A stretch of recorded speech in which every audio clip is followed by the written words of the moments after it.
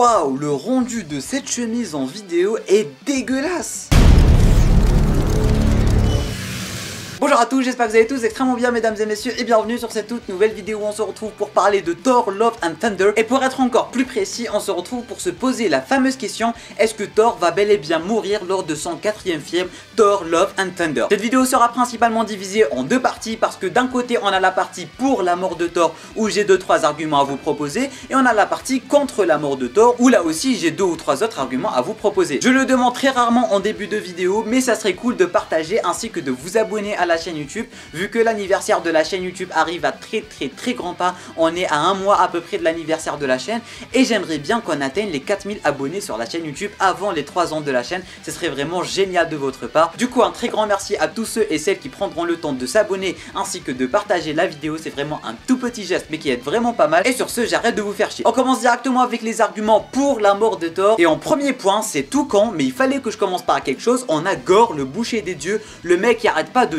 défoncer des dieux, qui est l'antagoniste principal du film. Voilà, on a vu dans la bande-annonce qu'il a déjà commencé à liquider des dieux, qu'à chaque fois qu'il liquide des dieux, il évolue et je ne sais quoi. Et on voit aussi que Thor fait partie de ses fameux objectifs, si je peux dire ça comme ça, et ça pourrait totalement s'y prêter. S'il est arrivé à tuer 2-3 dieux, il pourrait tout simplement arriver à tuer Thor. Et pour argumenter encore plus, on va directement se diriger vers le deuxième point de cette vidéo, qui est tout simplement l'arrivée de Jane Foster. Je sais pas si vous avez remarqué, bon d'accord, vous avez remarqué sauf si vous vivez dans une grotte, mais ces derniers temps le MCU essaye en quelque sorte de camoufler les anciens héros et de les remplacer en Tsum Tsum par des héros beaucoup moins badass. Captain America, Falcon ainsi que Bucky. Voilà, on nous a laissé du Wanda, on nous a laissé du Doctor Strange, on nous a laissé un ou deux héros. On a Black Widow qui va se transformer en Yelena. On remarque très clairement qu'ils sont en train de remplacer les héros les plus emblématiques du MCU par des héros un peu moins emblématiques mais qui le ressemblent trait pour trait. Hawkeye, Kate Bishop, Captain America, Iron Man, Ironheart ainsi que Rhodey. Et du coup, global... Hein? Les dossiers geeks, Thor 4, Thor va mourir. Merci beaucoup Steven.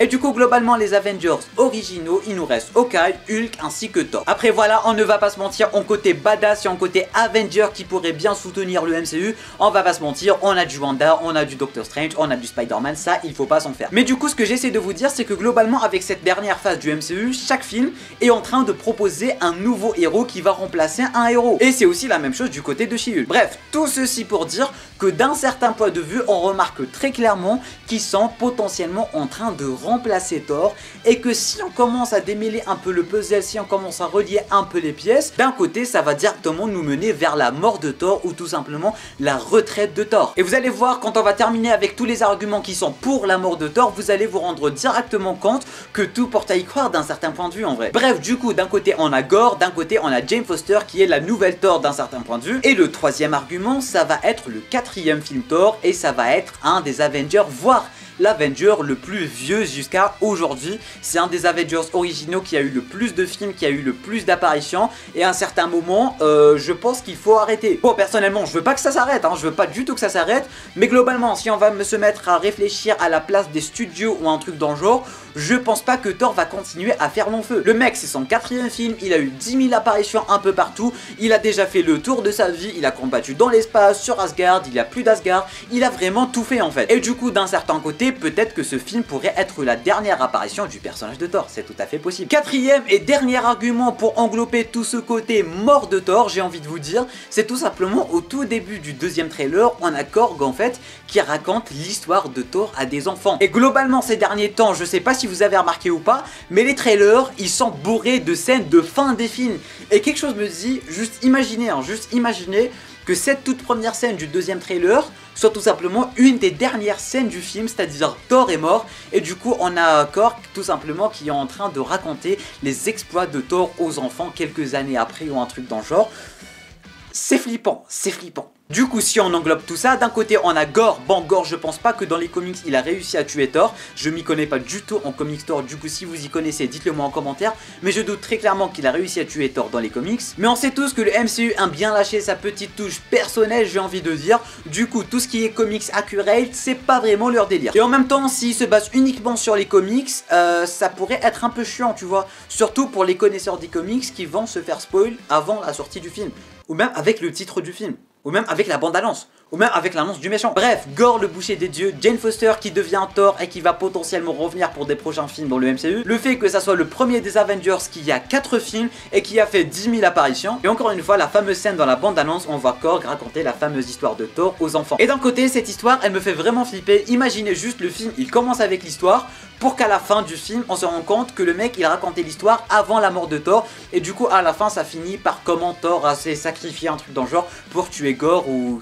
Ah là, rien d'y penser, ça me stresse, En même temps aussi, dans la bande-annonce, on voyait vraiment des plans dans la fameuse dimension de Gore. On voyait Thor prendre la main de Jane et tout pour aller se battre dans un monde noir et blanc et tout.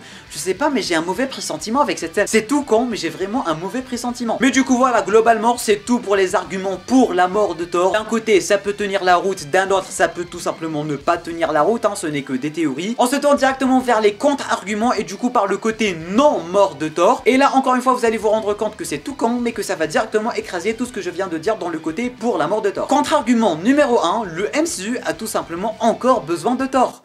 Voilà, parce que d'un côté on n'a plus Iron Man, on n'a plus Captain, on n'a plus de gens badass à part Doctor Strange, Spider-Man ainsi que Wanda, peut-être un peu Captain Marvel. Si ils allaient laisser Thor de côté, je pense que le prochain film Avenger ou le prochain gros crossover ou rassemblement, ça serait pas si ouf que ça. Et quelque chose me dit que s'ils l'ont pas encore tué dans Avengers Endgame, là où ils ont tué les personnages principaux, je pense qu'ils ont encore besoin de lui dans le futur du MCU en général. Et encore une fois, s'ils lui ont proposé un 4e film, là où on le voit se remettre en forme, se remettre en cause pour casser un peu le délire d'Avengers Endgame et son gros ventre, quelque chose me dit que c'est tout simplement juste de quoi faire la passerelle entre Avengers Endgame et le futur de Thor en général, et potentiellement un autre film Avengers, un autre film Thor, ou tout simplement une autre apparition. Parce que voilà, quelque chose me dit qu'on aura besoin de personnages badass, de personnages puissants, et le Fat Thor, ce n'est pas vraiment la description idéale. Deuxième et dernier contre-argument, Chris Hemsworth a dit, je cite, « S'ils veulent que je revienne, je reviendrai », c'est aussi simple que ça. Du coup, si l'acteur est chaud et que c'est l'une des plus grosses têtes d'affiche du MCU ces derniers temps, je pense pas que le MCU et Marvel Studios et Kevin Feige en général vont laisser tomber le personnage. Et du coup, contrairement à beaucoup d'acteurs qui avaient déjà dit qu'ils allaient tourner la page sur leur personnage, etc., Chris Hemsworth, lui, il en a toujours pas terminé avec son rôle de Thor et il est chaud pour revenir dès qu'ils ont encore une fois besoin de lui. Mais si Marvel Studios voudrait l'écarter peut-être avec ce Thor 4, ça pourrait tout simplement être sa dernière apparition. Du coup, s'il fallait résumer la vidéo en général, d'un côté on a environ 50% de chances que Thor revienne dans le futur du MCU, et d'un autre on a 50% de chances qu'il crève et que le Thor 4 soit tout simplement son dernier film. Et personnellement je doute vraiment que Thor va mourir dans ce 4e film, parce que encore une fois c'est une des dernières têtes d'affiche du MCU, et quelque chose me dit que s'ils l'ont vraiment pas tué dans Avengers... Et j'ai la nette impression que s'ils l'ont pas tué dans Avengers Endgame, c'est impossible qu'il le tue dans son dernier film. Et en plus de ça, on a presque plus de personnages iconiques et emblématiques. Voilà team, c'est la fin de cette vidéo. N'hésitez pas à me dire en bas dans les commentaires, est-ce que vous êtes pour la mort de Thor? Est-ce que vous êtes contre la mort de Thor? Si vous avez des théories, si vous avez des arguments, n'hésitez pas à tout balancer en bas dans les commentaires. Tu peux t'abonner à la chaîne YouTube ainsi qu'activer les notifications en cliquant juste ici. Tu peux regarder une autre vidéo en cliquant juste là. Je compte sur toi pour partager cette vidéo un maximum, les 4000 abonnés mesdames et messieurs, avant l'anniversaire de la chaîne YouTube qui est prévu aux environs du 22 juin. Alors je compte sur vous. Merci à tous ceux et celles qui prennent le temps de faire ces toutes petites manœuvres qui prennent vraiment 2 secondes et qui mettent vraiment pas mal. Et sur ce mesdames et messieurs, moi je vous dis à très bientôt pour une toute nouvelle vidéo. C'était Lamiad, portez-vous bien.